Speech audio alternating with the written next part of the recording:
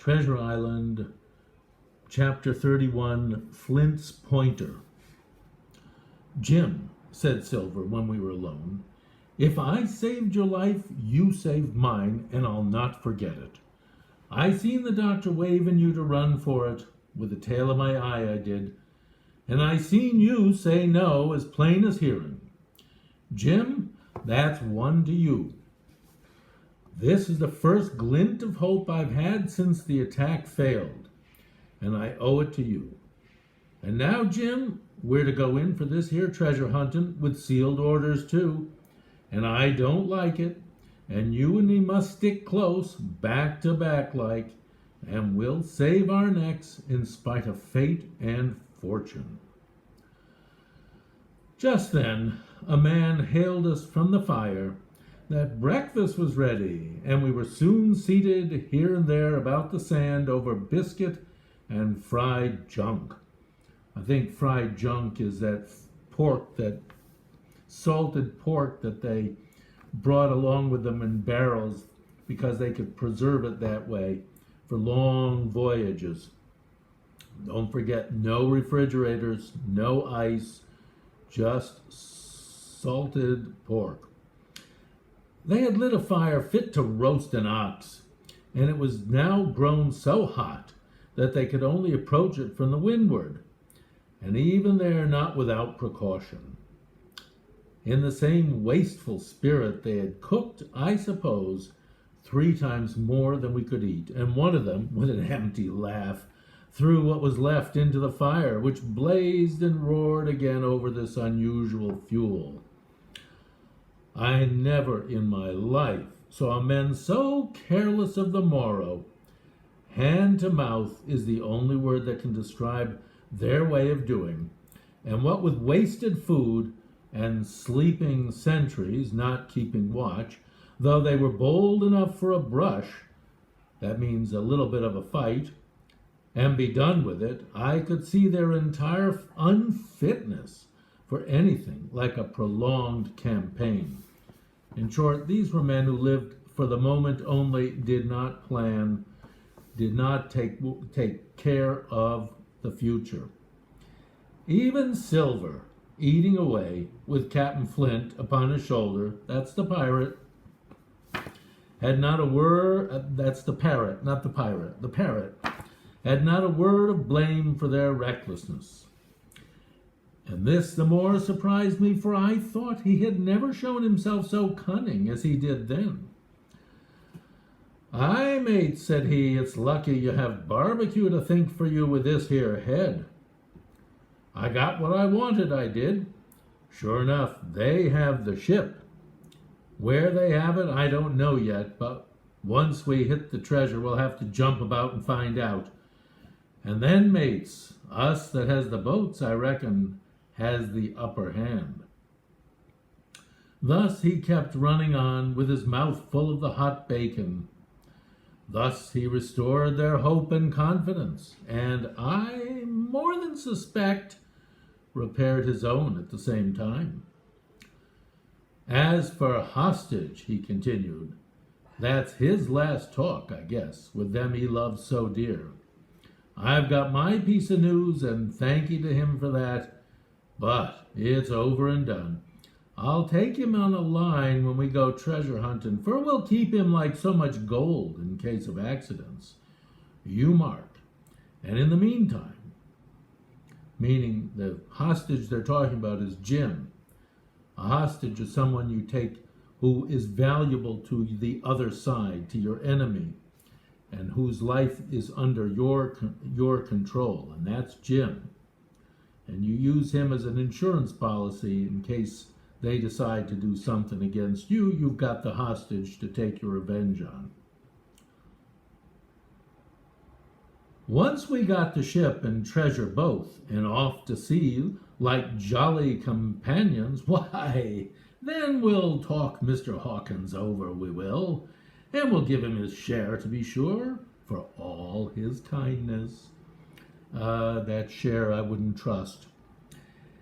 That share in the loot and in everything, I think Jim's share would be to be dumped overboard. It was no wonder the men were in a good humor now.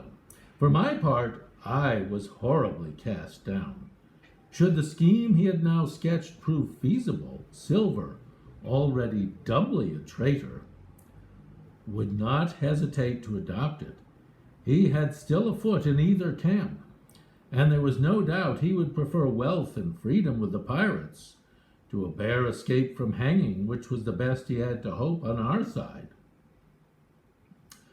Nay, and even if things so fell out that he was forced to keep his faith with Dr. Livesey, even then, what danger lay before us?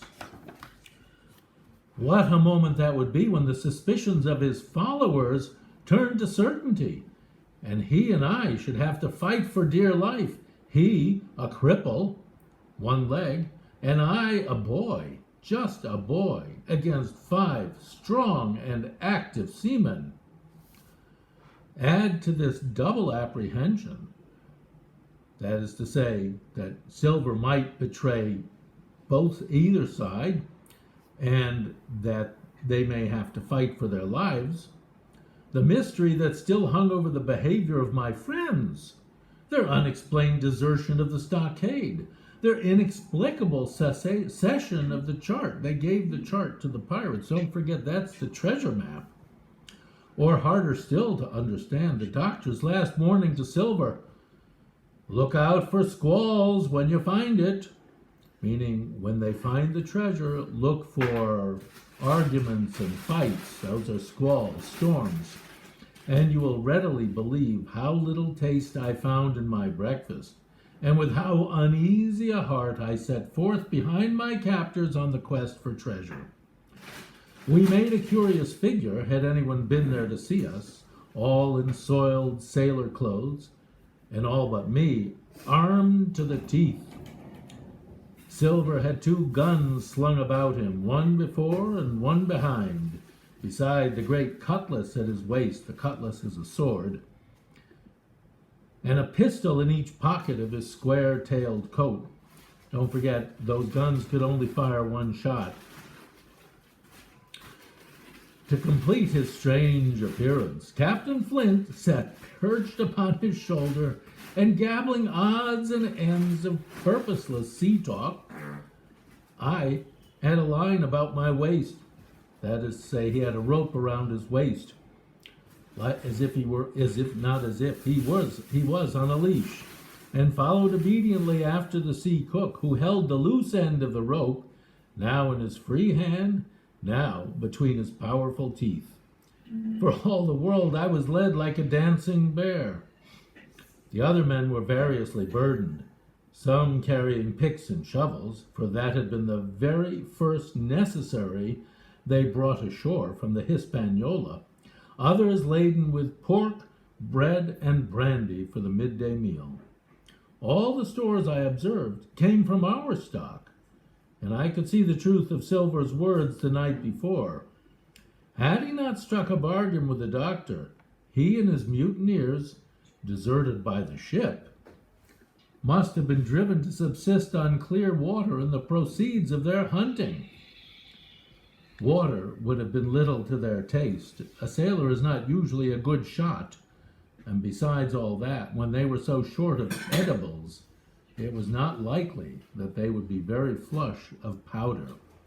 What Jim is saying is that the sailors didn't think to bring enough stores ashore from the ship. When Jim stole the ship away from them, they had no stores left, no stores, no provisions, no food, no gunpowder. Everything, only what they had brought ashore before, and they were not, as we've discussed before, very aware of the future. They did not see ahead and to plan ahead. Well, thus equipped, we all set out, even the fellow with the broken head, who should certainly have kept in shadow, out of the sun and out of the heat, and straggled one after another to the beach, where the 2 gigs awaited us. Those are the 2 small boats that the ship, the Hispaniola, carried.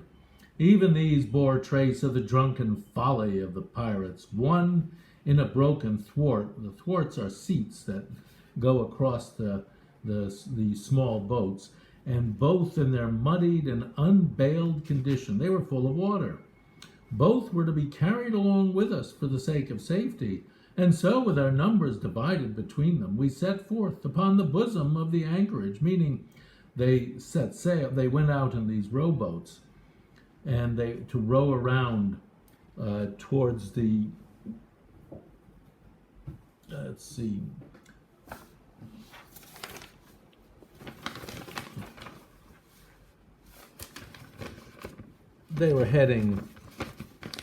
They're down here at the anchorage.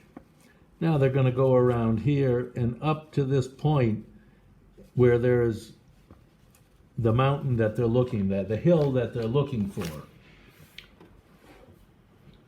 And you'll see in a few moments that. As we pulled over, meaning as we were rowing, there was some discussion on the chart. The Red Cross was, of course, far too large to be a guide, and the terms of the note on the back, as you will hear, admitted of some ambiguity. They ran, the reader may remember, thus: tall tree, spyglass shoulder, bearing a point to the north of north by northeast. Well, we're not sure what that means and where you start. Everything depends on where you're starting. Skeleton Island, east by southeast, and by east, 10 feet. A little puzzling what that means. A tall tree was thus the principal mark. Now, that's what they're aiming for, is a tall tree. Now, which tall tree are they going to find? That's a good question. Now, right before us, the anchorage was bounded by a plateau from 200 to 300 feet high, adjoining on the north the sloping southern shoulder of the Spyglass, and rising again towards the south into the rough, cliffy eminence called the Mizzenmast Hill. The top of the plateau was dotted thickly with pine trees of varying height. Every here and there, one of a different species, not a pine, rose 40 or 50 feet clear above its neighbors. And which of these was the particular tall tree of Captain Flint could only be decided on the spot and by the readings of the compass. Yet, although that was the case, every man on board the boats had picked a favorite of his own ere we were halfway over. Long John alone shrugging his shoulders and bidding them wait till they were there. We pulled easily, meaning we rowed easily, by Silver's directions, not to weary the hands, the sailors, prematurely with rowing, and after quite a long passage landed at the mouth of the second river, that which runs down a woody cleft of the Spyglass. And he's talking about this. This is the river that he's talking about here. Right here, and there's the Spyglass Hill.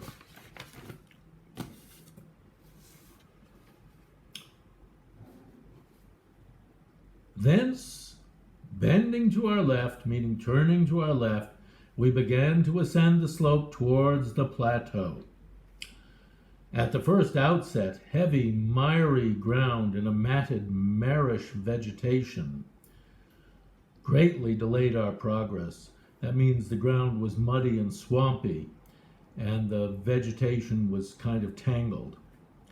But by little and little, the hill began to steepen and became stony underfoot, and the wood to change its character and to grow in a more open order. It was indeed a most pleasant portion of the island that we were now approaching. A heavy scented broom and many flowering shrubs had almost taken the place of grass. Now, broom is a kind of flowering plant. Thickets of green nutmeg trees were dotted here and there with the red columns in the broad shadow of the pines, and the first mingled their spice with the aroma of the others. So he was smelling the smell of nutmeg, which you may have smelled if you asked. Just check in your spice drawer, and you can find the nutmeg and see what it smells like. And then pine trees, you know what pine trees smell like. The air besides was fresh and stirring, and this, under the sheer sunbeams, was a wonderful refreshment to our senses. The party spread itself abroad in a fan shape, shouting and leaping to and fro. About the center, and a good way behind the rest, Silver and I followed, I tethered by my rope, he plowing with deep pants among the sliding gravel. It was hard for him to move because of his crutch. From time to time, indeed, I had to lend him a hand, or he must have missed his footing and fallen backward down the hill. We had thus proceeded for about a half a mile, and were approaching the brow of the plateau, when the man upon the farthest left began to cry aloud as if in terror. Shout after shout came from him, and the others began to run in his direction. "He can't have found the treasure," said old Morgan, hurrying past us from the right, "for that's clean atop." Indeed, as we found when we reached the spot, it was something very different. At the foot of a pretty big pine, and involved in a green creeper, which had even partly lifted some of the smaller bones, a human skeleton lay with a few shreds of clothing on the ground. I believe a chill struck for a moment to every heart. Susie. "He was a seaman," said George Merry, who, bolder than the rest, had gone up close and was examining the rags of clothing. "Leastwise, this is good sea cloth." Aye, said Silver, like enough. "You wouldn't look to find a bishop here, would you? But what sort of a man is that for bones to lie? What sort of a way is that for bones to lie? 'Tain't in nature." They're looking at a skeleton that's lying on the ground, and what you'll see in a moment, what Long John Silver is noticing. Indeed, on a second glance, it seemed impossible to fancy that the body was in a natural position, but for some disarray, the work perhaps of the birds that had fed upon him, or of the growing creeper that had gradually enveloped his remains, the man lay perfectly straight, his feet pointing in one direction, his hands raised above his head like a diver's, pointing directly in the opposite. "I've taken a notion into my old numbskull," observed Silver. Here's the compass. That skeleton is the compass.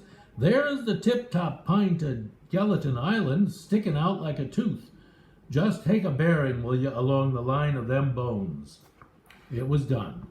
The body pointed straight in the direction of the island, and the compass read duly east, southeast, and by east. "I thought so," cried the cook. "This here is a pointer. Right up there is our line for the Pole Star, and the Jolly Dollars. The Pole Star is the North Star, but he means here that's where the treasure is. But by thunder, if it don't make me cold inside to think of Flint, this is one of his jokes and no mistake. Him and these 6 was alone here. He killed 'em, every man, and this one he hauled here and laid down by compass. Shiver my timbers. They're long bones and the hair's been yellow. Aye, that would be Allardyce. You mind Allardyce, Tom Morgan?" Aye, returned Morgan, "I mind him. He owed me money, he did, and he took my knife ashore with him." "Speaking of knives," said another, "why don't we find his'n lying round? Flint weren't the man to pick a seaman's pocket, and the birds, I guess, would leave it be." "By the powers, and that's true," cried Silver. "There ain't a thing left here," said Mary, still feeling round among the bones. "Not a copper doit, nor a tobacco box. It don't look natural to me." "No, by gum, it don't," agreed Silver. "Not natural, nor not nice, says you." "Great guns, messmate, but if Flint was living, this would be a hot spot for you and me. 6 they were, and 6 are we, and bones is what they are now." I saw him dead with these here deadlights, says Morgan with his eyes. Billy took me in. There he laid with penny pieces on his eyes. They used to put pennies on the eyes of dead bodies before they buried them. It's an old Greek custom to pay Charon, the ferryman who rows you across the river Styx to the land of the dead.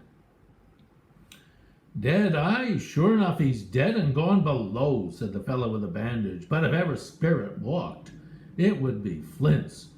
Dear heart, but he died bad, did Flint. So what they're saying is, Flint is dead. They saw him dead. They know he's dead. But if anybody would ever come back as a ghost to haunt a place, it would be Flint, because Flint was wicked. Aye, that he did, observed another. Now he raged, and now he hollered for the rum, and now he sang, 15 men. 15 men were his only song mates, and I tell you true, I never rightly liked to hear it since. It was main hot, and the window was open, and I hear that old song coming out as clear, and the death hall on the man already. Come, come, said Silver, stow this talk. He's dead and he don't walk. That I know. Leastwise he won't walk by day, and you may lay to that. Care killed a cat. Fetch ahead for the doubloons. Let's get going. We started, certainly. But in spite of the hot sun and the staring daylight, the pirates no longer ran separate and shouting through the wood, but kept side by side and spoke with bated breath. The terror of the dead buccaneer had fallen on their spirits. And that's chapter 31 of Treasure Island, Flint's Pointer. And now we know Flint's Pointer with the skeleton of one of the old pirates, Allardyce, who had been with Flint when he buried the treasure on the island, and now we know what happened to those 6 pirates. Flint killed them all.